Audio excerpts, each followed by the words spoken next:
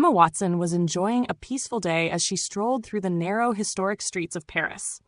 Taking a break from her acting career, she had immersed herself in her love for books, leading her to explore the charm of this timeless city.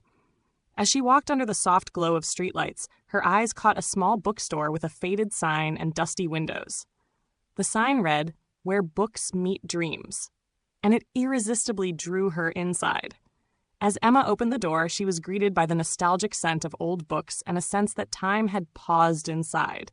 The shelves were packed to the brim, yet the space carried an air of melancholy. Behind the counter stood a middle-aged man, organizing books with a weary but determined expression. He looked up and smiled faintly at Emma. "What a beautiful place this is," Emma said warmly. The man nodded slightly, his smile tinged with sadness. "Thank you," he replied. "But business hasn't been good. People prefer shopping online these days instead of buying books from stores like this." His words struck a chord with Emma.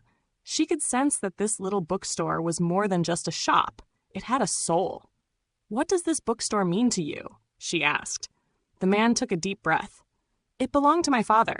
Books give people dreams and inspiration, but it seems like no one values that anymore," he said. Moved by his passion, Emma knew she had to do something, but she wanted to help without hurting his pride. After leaving the bookstore, she pulled out her phone and recorded a video for her social media followers.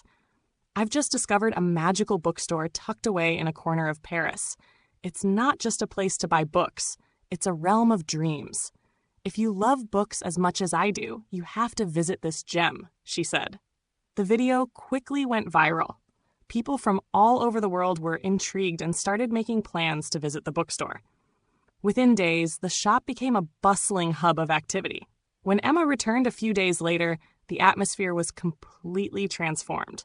The once quiet store was now filled with people, their laughter and chatter breathing life into the space. The owner turned to Emma with tears of gratitude in his eyes. "I don't know how to thank you. Because of you, people have discovered this place, and business is thriving," he said. Emma smiled. "This is just the beginning. I have a few more ideas for you."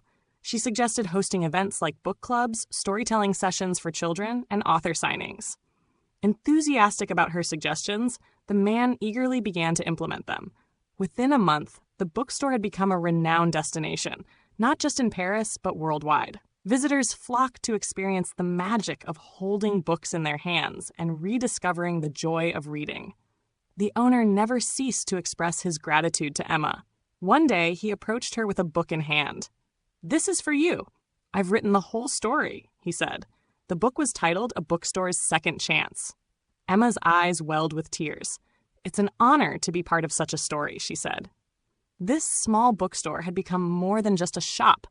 It was now a sanctuary where people could reconnect with their dreams.